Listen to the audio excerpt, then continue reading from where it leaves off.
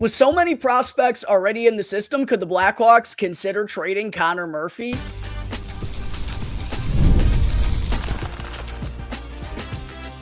You're Locked On Blackhawks, your daily podcast on the Chicago Blackhawks, part of the Locked On Podcast Network, your team every day.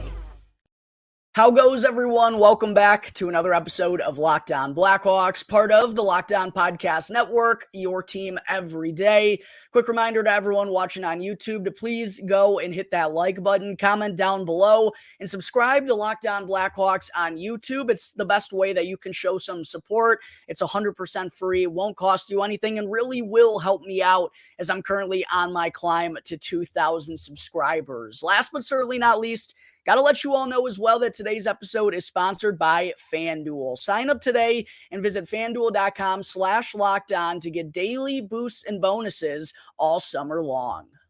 All right, good afternoon, everyone. Again, thank you all for joining me on another episode of Locked On Blackhawks, your one-stop shop for all things Chicago Blackhawks. A rather interesting topic of conversation here to kick things off on the show today, one that I actually teased late last week and was supposed to be the primary talking point of the first episode back following the 4th of July holiday break. However, the Artem Levshinov news kind of topped that. And just a quick reminder to go and check out my reaction to Artem Levshinov signing his ELC and whether I thought the Blackhawks made the right decision there. It's what I broke down in segment 1 of my most recent episode. During segment 1 of today's episode, though, nevertheless, I'm going to be discussing whether the Blackhawks should be or currently could be considering trading veteran defenseman Connor Murphy, who I think people forget is by a wide margin the most tenured Blackhawk at this point in time, following the departures of Patrick Kane and Jonathan Toews, of course, these last couple of years.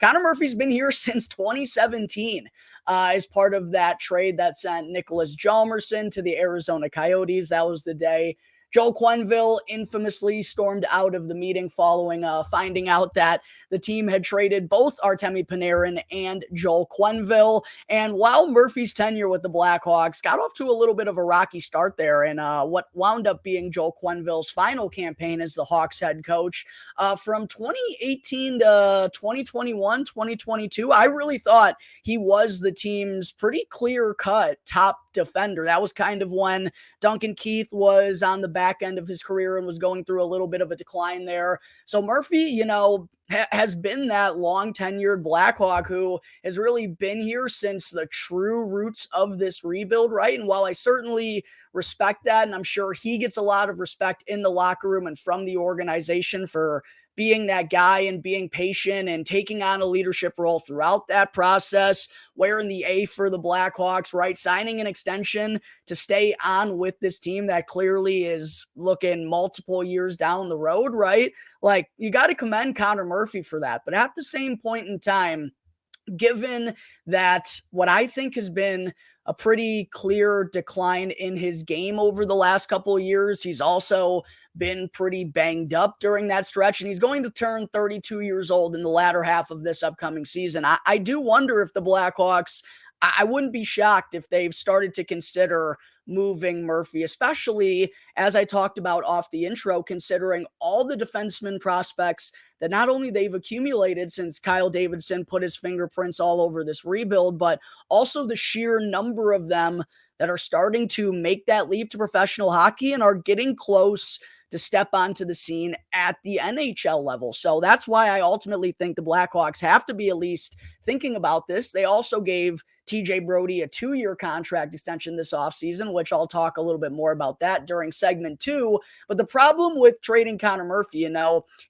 I think a lot of Blackhawks fans have had this thought over the years, considering Murphy's play, like I mentioned, has been pretty noticeably declining. The issue is he has 2 years left on his current deal at $4.4 million with a 10-team no-trade clause. Now, that 10-team no-trade clause probably isn't the end of the world, right? The teams that would be likely trying to add Connor Murphy, if I had to imagine, would be, cup contending teams that are looking to add him as a 5th or 6th defenseman, maybe 4th at his highest ceiling. But like I mentioned, I ultimately think he's more of a third liner probably now at this point of his career on a true Stanley Cup contending team. And, at $4.4 million over 2 years in today's salary cap world, even with the cap going up, there aren't going to be many, if any, teams that will be willing to take that on. So very likely the Blackhawks would have to retain salary on Connor Murphy in order to move him. The problem with that, however, is NHL teams only get 3 salary retention spots per year. And the Blackhawks have already used one up on Jake McCabe, still on their books for the 2024-2025 season. So the question you kind of have to ask yourself is, well, adding Alec Martinez, adding TJ Brodie this summer, maybe there's a possibility that the Blackhawks could move Connor Murphy before the start of the season as well. That would limit the Blackhawks to only 1 salary retention spot moving forward for the rest of the season. And considering they have guys like Andreas Athanasiou, who's coming off the books, and remember, he's at $4.25 million. The Blackhawks would very likely have to retain half of that to move him. They'd have to probably retain some on Taylor Hall, who's at $6 million and coming off the books at the end of this year. Alec Martinez at $4 million as well, right? Like, those are guys who very likely would need salary retention given their situations and their cap hits at this point in time. So that's the question that Kyle Davidson has to ask himself. Is it more valuable to get rid of Connor Murphy now, and if applicable, if he's able to do so, leaving them only 1 retention spot at this year's deadline? Or do they wait, kind of see how things shake out at the deadline, see how these guys' season goes, and then assess things a little bit later on in the year? I probably lean in that direction. I wouldn't anticipate Connor Murphy getting traded here this summer, but it wouldn't be the craziest thing in the world. And as I said, I do think the Blackhawks are considering it, and I think ultimately sometime over the next 12 to 15 months, I really do expect the Blackhawks to look for another home for Connor Murphy. And I know that's going to be a difficult conversation for Kyle Davidson, who's been part of this organization for a long time as well, and I'm sure has a good connection and relationship with a veteran leader like Connor Murphy. That's going to be an uncomfortable conversation to have. However, given, again, the sheer number of prospects that are coming up, and those guys are the future, no offense to Connor Murphy, he's probably not going to be here to see the roses or what the flowers bloom from the rose petals, if you will. Plus, adding on TJ Brodie to a 2-year deal, Murphy's play taking a little bit of a hit. I just think it's a little bit of a natural thing to do, a natural thing to pursue. Again, even though it's going to be, I'm sure, a difficult conversation for general manager Kyle Davidson and his front office to have with Murphy. But there is my overall thoughts on a potential Connor Murphy trade maybe this summer. I don't think it's the most likely thing in the world, but I think it's going to happen at some point down the road, undoubtedly. But coming up in just a moment here, since we're on the topic, let's talk about a way too early look at the potential Hawks defensive pairings for the 2025-2026 season. But first, I got to talk to you all real quick about the fine folks over at FanDuel. And I love sports. I'm sure you're all aware of this by now. I love them so much that I never want them to stop. But unfortunately, as the Stanley Cup playoffs has come to a close, the NBA championship, has come and went. There are now fewer games, and the sports just aren't sportsing like I'm used to and like I want them to. But fortunately, FanDuel lets me keep the sports going whenever I want, wherever I want. All I got to do is open up the app and dream up bets anytime that I'm in the mood. And there has been some incredible soccer going on here recently. I don't know if there's a lot of soccer fans crossing over with my Blackhawks fans here, but the Copa America, the Euros, has been spectacular. I talked about taking Kylian Mbappe anytime goal scorer the other day. Unfortunately, that didn't work as France got defeated by Spain. I did, however, mention that I was going to be taking England against the Netherlands. Came through here less than a half an hour ago. A clutch goal by England in the 89th minute to send them back to the Euro Championships. It was unbelievable. Don't miss out on the Euro final, Spain versus England. I'm going to be riding England as the underdog. I think they're finally going to do it. You can tail me by visiting FanDuel.com/lockedon and also by signing up through that promo code you'll be getting daily boosts and bonuses all summer long. Again, go and check out FanDuel.com/lockedon to get daily boosts and bonuses. Segment 2. We're talking long-term today. We're thinking big picture here, Blackhawks fans. And quite honestly, during July, when I have a hockey podcast, that's normally the topics that I'm covering here. But I usually find them quite fun. I hope you all do as well. And also, I thought this would be a good time to throw out there. Shortage of content, kind of. There are things I want to talk about, but if there is something you fans, listeners, viewers out there want me to cover, go and throw that down in the comment section down below right now.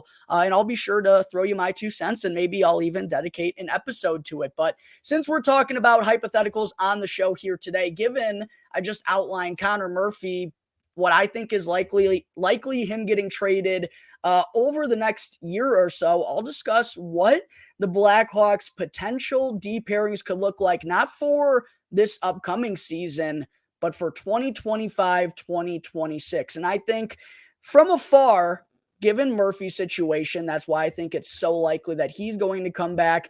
And also, given those same reasons, I think it's unlikely for Alec Martinez to return down the line. And then it's going to be another time for guys to kind of step onto the scene. So I think it'll be fun to kind of project how I foresee things going in a year and a half's time when more guys are kind of NHL ready. But got to start off with what the Blackhawks have as their current decor. Again, it's Seth Jones, Alex Vlasic, Connor Murphy, Alec Martinez, TJ Brodie. Those guys, for the most part, are the bona fide NHLers of the group. Kevin Korchinski could be there as well, but wouldn't be the craziest thing in the world for him to begin in Rockford. But he's obviously going to be part of the decor.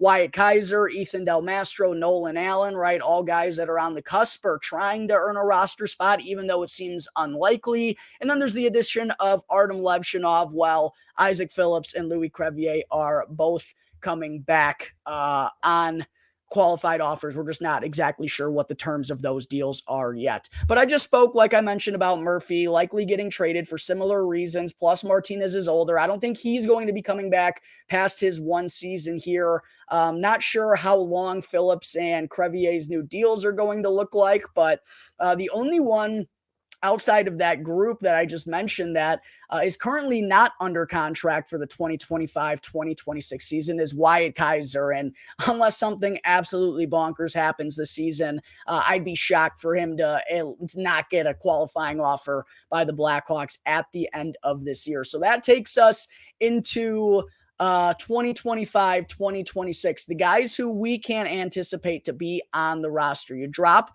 Connor Murphy, you drop Alec Martinez, and that leaves us with Seth Jones, Alex Vlasic. Don't forget TJ Brodie signed a 2-year deal. And then it's Kevin Korchinski, Wyatt Kaiser, Ethan Del Mastro, Nolan Allen, Artem Levshinov, Isaac Phillips, Louis Crevier, kind of in their own little bucket, honestly. So let's go ahead and take a stab at it right now. The top pairing is what's the most clear cut. Seth Jones, Alex Vlasic, based on the success they found together last year, the clear top 2 defenders for this team. I believe they're going to go in camp as the top 2 defenders and just continue to reestablish that chemistry. So I think it's rather safe to assume that they're the top pairing, but we know regardless that they're going to be around in a top 4 role, right? The Blackhawks, Seth Jones has 6 more years of that contract. He's not going anywhere. They're not going to trade him within the next 2 years. So I think as far as an outlook goes, 2025, 2026, it makes sense to keep them together at the top. Everything else is really where it gets interesting. I think ideally, assuming he develops properly this year, whether that be in Rockford or Chicago, regardless, the expectation for 2025, 2026 will be for Kevin Korchinski, I believe, to be that second pairing defenseman. And now we know Connor Murphy, right-handed defenseman, he's out of the picture. So this is where there could potentially be one open spot for the Blackhawks to go and get in the free agent market. However, if they do that, they continue to clog things up a little bit more, which, depending on the progress of these prospects, I don't think necessarily that would make too much sense. So for the sake of this conversation, I put Kevin Korchinski as the second pairing left-handed defenseman. I put TJ Brodie as the second pairing right-handed defenseman because Brodie did play on his offside with Mark Giordano, as someone pointed out to me in the comment section for multiple years. I went and fact-checked that. He has been someone who's been capable to play on his right-hand side. I believe I also read that he did that with the Toronto Maple Leafs last year as well. So I think that would be a natural veteran right-handed defenseman to have there. I don't necessarily expect Louis Crevier to be a staple of the NHL lineup, so I think that's a big reach for him. And then also Artem Levshinov, it'll at best be his first full-time NHL campaign. And I don't know if they want to go and throw him up getting top 4 minutes immediately with Kevin Korchinski, with both of those guys, being under 21 or at least 22 years old together, right? So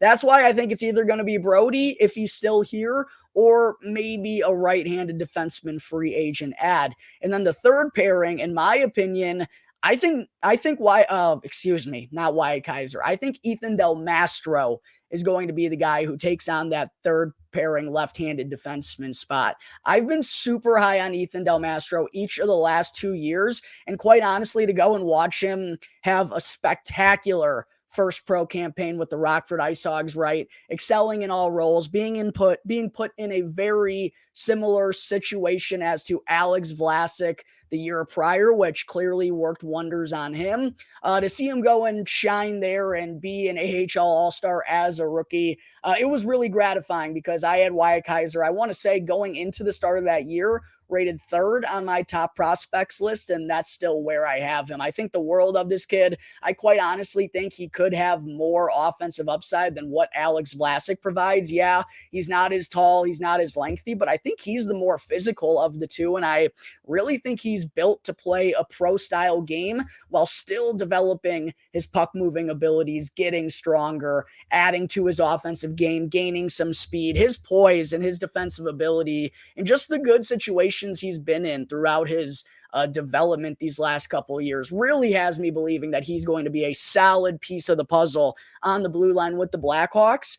I don't know if he's going to have an open roster spot for him this year because of sheer numbers and the veterans they brought in. However, because of that, I really think it's likely that he could be the top pairing defender on the left-hand side with Artem Levshinov day one for the Rockford IceHogs to open up the year. And I think that would only lead to a natural defensive pairing together in the 2025-2026 season, coming up together after getting that experience and developing that chemistry right next to each other in Rockford.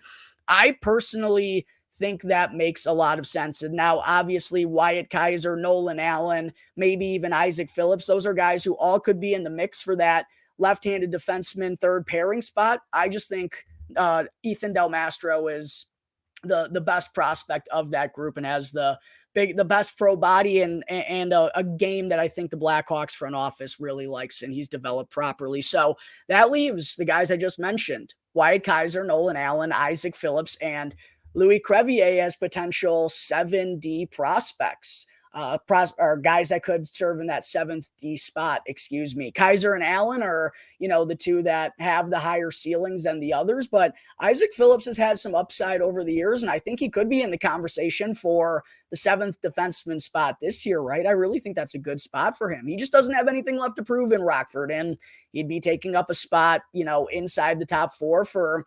Levshinov, Del Mastro, Korchinski maybe, Kaiser as well. So I think Isaac Phillips is going to be in that 7th NHL spot. How he fares and what is likely going to be a 1-year contract for him very well will dictate his future here with the organization. But yeah, it's going to be interesting to see how everything shakes out given how many defenseman prospects the Blackhawks, especially on the left-hand side, have at the pro scene right now, and guys who are just getting closer and closer to being ready at the NHL level. But there are my potential way too early defensive pairings for the Blackhawks for the 2025-2026 season, considering, the little logjam they have right now. I'm very fascinated to see how that shakes out over the next couple of seasons. Coming up in just a moment before I wrap things up, I do still want to talk about whether there could be an odd man out prospect on the back end for the Blackhawks.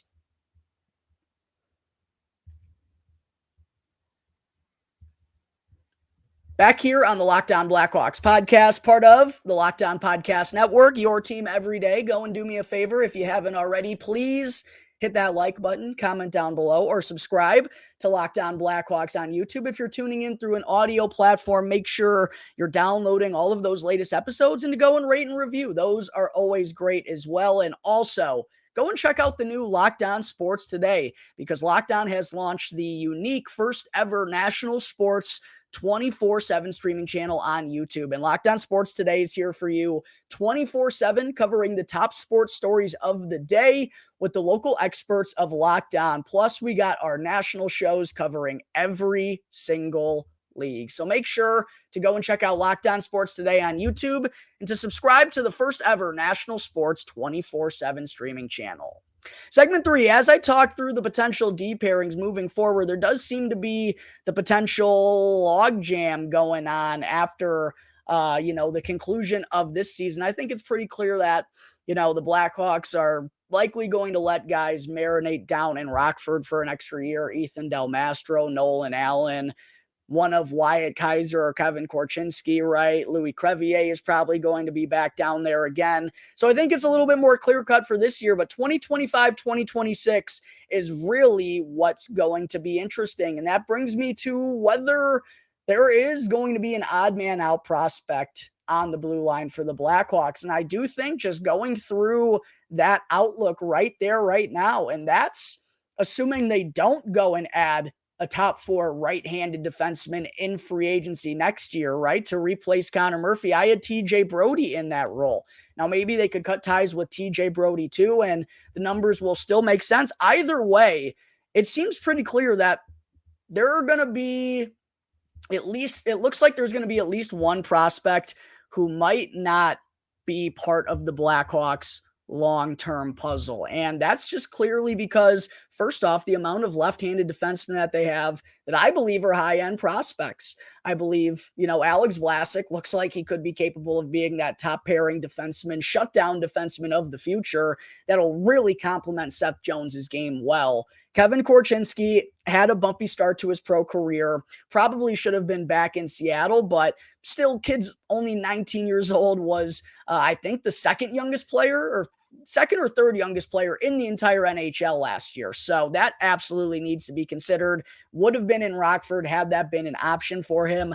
I still think his game, like his speed, his offensive abilities, he's too talented to not be a really good point producer at the next level. I firmly believe that. I'm not giving up on Kevin Korchinski whatsoever based on last season. And I also mentioned that Ethan Del Mastro, I think, is going to be a bona fide stud and a puzzle piece on this back end. And then you have Seth Jones signed on for 6 years, right? That's very, very likely not going to be a contract that the Blackhawks are ever going to be able to move until maybe the last year, if that.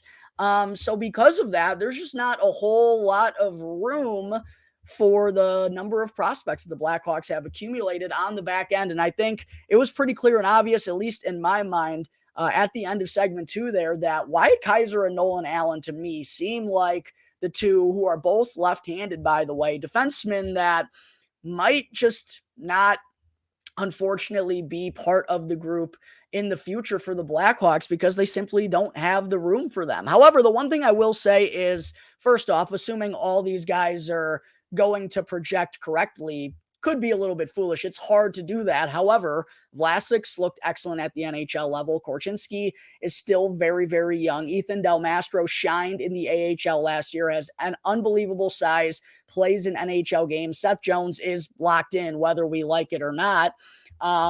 That's just kind of the nature of the beast. And I do think, those guys up top, to me at least, four or five of them are pretty penciled in at this point in time.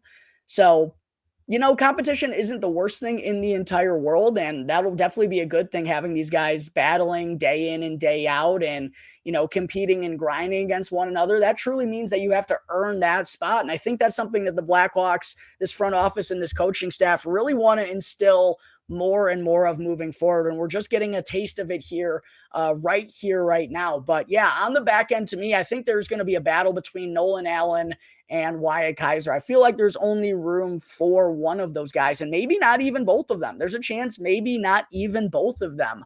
To me, though, in terms of who I think right now, man, it's really close. But I think historically, based on what I've learned in prospect development and looking at these prospects over the years, I'd have to go with Nolan Allen because I think he does play a grown man's game. He's been a grown man for a while now. And while he certainly doesn't have the puck moving abilities, the speed, the skills, I think he's clearly a step behind Ethan Del Mastro, and his offensive abilities are always going to be capped.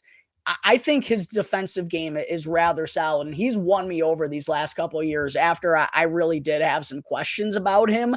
So I think he shapes out to be a really high floor type of player, and I think he is going to be a guy who is at worst fifth, sixth, seventh defenseman type of guy who's a big body that you want on the back end.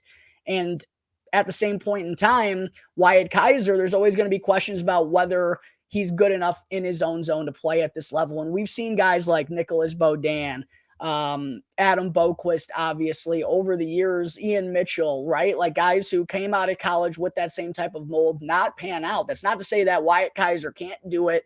I just feel like Nolan Allen is the safer bet at this point in time. But Wyatt Kaiser certainly has the higher ceiling of the two with his speed, his foot quickness, his offensive abilities. And I think he can be a good two-way player. He was a good defender in college. He's just got to figure out how to do it against grown men. And he's still early on in the pro development process, so I'm not giving up on him either, but I would say Nolan Allen is the more likely of the two at this point in time. But I think what is even more interesting is on my recent Blackhawks top prospects ranking, I had Wyatt Kaiser at number 8 and Nolan Allen at number 10. And if you all remember in that episode, I said numbers 7 through 12 all really could be in whatever order you want them to be. Like that group of prospects is really, really close. There's like a consensus top 5, top 6.